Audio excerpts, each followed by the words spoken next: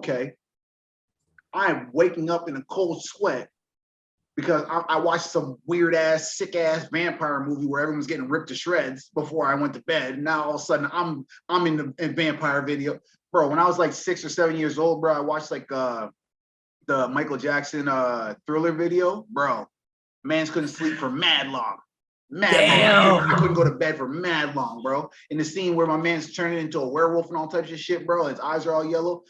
It's that type of shit when you're 6 or 7. That shit can traumatize people. I know people are thinking like, Bram, what the hell? That's a Michael Jackson video. It's fake. You don't know it's fake when you're 6, 7 years old. You don't really know that shit's fake. You think that shit's real. So you fuck around, and then that's how, unfortunately, certain things can start. Because I rock with Michael Jackson as far as music and shit like that. Like, so it sucks that he is a cause of some of the bullshit of my childhood as far as like mentally, like, not I won't say mentally scarred me or nothing, but it's like that type of shit, bro. Like that shit is serious when you're 6 or 7 years old. And for me to even remember that type of shit tells you that it obviously affected me, right? So it's Lion King, Scar from the Lion King, same thing. Like it fucked with me for a while. That guy, like that's something else. Oh, that's something else. It's the voice and like the face, like it's just Jeremy Irons did a great job, but like he's like the perfect villain. But that's what it is. It's funny, like to the people listening, we out here sharing childhood traumas in the form of pop culture. It's crazy. The media we were exposed to. Yeah, that's crazy when you think about it though, man. Like because I just remember like that shit, bro. I had to sleep with my parents and all that type of shit when I was like 6, 7. I didn't give a shit, bro. It is what it is. It's like one of those things where you're saying to yourself, like, yo, he's not gonna get me. I'll tell you that right now. Then I fucked around and watched what's that one with the It? I fucked around and watched It when I was young, bro. That type of shit. You can't be doing that. And Child's Play with Chucky and shit. Fucked around and watched Child's Play and fucked around and watched It, bro. Your boy couldn't sleep for like almost a year and shit, bro. I was tripping. I didn't see those till like almost like teenage years, so I was kind of okay on that. But like I grew up watching hockey, like hockey games and stuff like that. So I saw a lot of violence as a kid, especially like watching my dad's, like going to watch my dad's games and stuff like that because he was a fighter.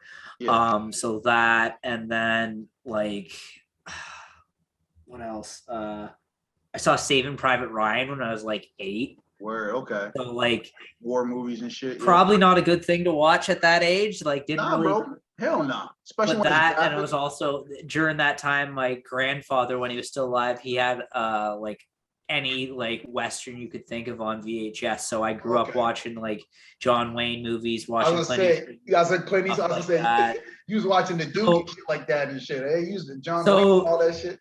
It's weird, like that's there in my head, but like at the same time, like I don't know if you should have been watching those at that age, sort of thing. But like I don't know, it is what it is. You know what's crazy? Like I differentiated between like war movies and shit, like watching like certain Rocky movies and shit like that, because like you're saying to yourself it's boxing, right? Like, and even like when you saw Apollo Creed get killed in the ring and shit by Ivan Drago or whatever, that shit is crazy. But at the and that shit could traumatize you too, because you're like, oh shit, that guy just died. But at the same time, it's the like the supernatural, like occult bullshit, like the demons and all that type of shit, ghosts and shit, killers and vampires and all that type of bullshit. That's the shit that threw me off, because I'm saying to myself, this shit is real. Monster, because you're a little kid. Oh, monsters is real. That shit's coming. They're coming to get me or whatever, right? And but like somehow my brain could still differentiate. Like even like watching war movies. Remember that movie Platoon with Willem Dafoe and shit, Charlie Sheen and shit. Yeah, bro. Like, bro, even watching shit like that, you seeing people's arms getting blown off and shit like that. You're like, I'm like 10, 11, but my brain still differentiated the fact that like, oh shit, this is war, versus people getting clawed by werewolves and shit like that. For some reason, my brain differentiated the two, but my brain was more scared of the werewolves and the shit that you can't, the Frankensteins and shit like that, or I don't know. It just throws you off when you're a kid because you're saying to yourself, man, it's some bullshit. It's traumas and shit. Like, but I also think the fear of like ocean stuff like that, like boats and all that, stems from watching Titanic when I was young. facts, I'm gonna stand on that till the day I die. Like, oh, it's such a lovely romance movie. Yeah, for like the first like hour or so. The last like however long of the movie is literally people fucking dying in a terrible shipwreck and freezing to death in the water. What is fucking romantic about that? Like, hey man, absolutely nothing. People are tripping. Like, what are you talking about? I was gonna say, speaking of Titanic, it was like I'm not tripping in the sense that it ain't about no race or nothing, but all I know is there was no black people on that boat. So I'm not being disrespectful, but them white people when they died, you know what I mean? Hey, because they wasn't trying to let no black. If there was a black person on that boat, he was cleaning the boat, which is terrible because that's just racism at that time. You know what I mean? But True. they wasn't trying to let nobody black on that boat. And then when the boat went down, black people were on the shore looking at them like this. Looking at them like this, like, y'all didn't want us on there. Okay. I told you. He's talking about going down with the ship. No, it's funny because I watched that scene when the band or whatever, oh, gentlemen, it was an honor to play with you or whatever, and like they're playing the sad music and shit. It's like I only felt bad for them because they was playing that shit when the ship was going down. Everybody's showing, let's get to the lifeboats, and they just still chilling and shit, playing their music. I was like, ah, shit, I feel bad for them. But everybody else, that was a real thing. That band actually did play until the ship went down, apparently. Yeah, but yeah, the dance band.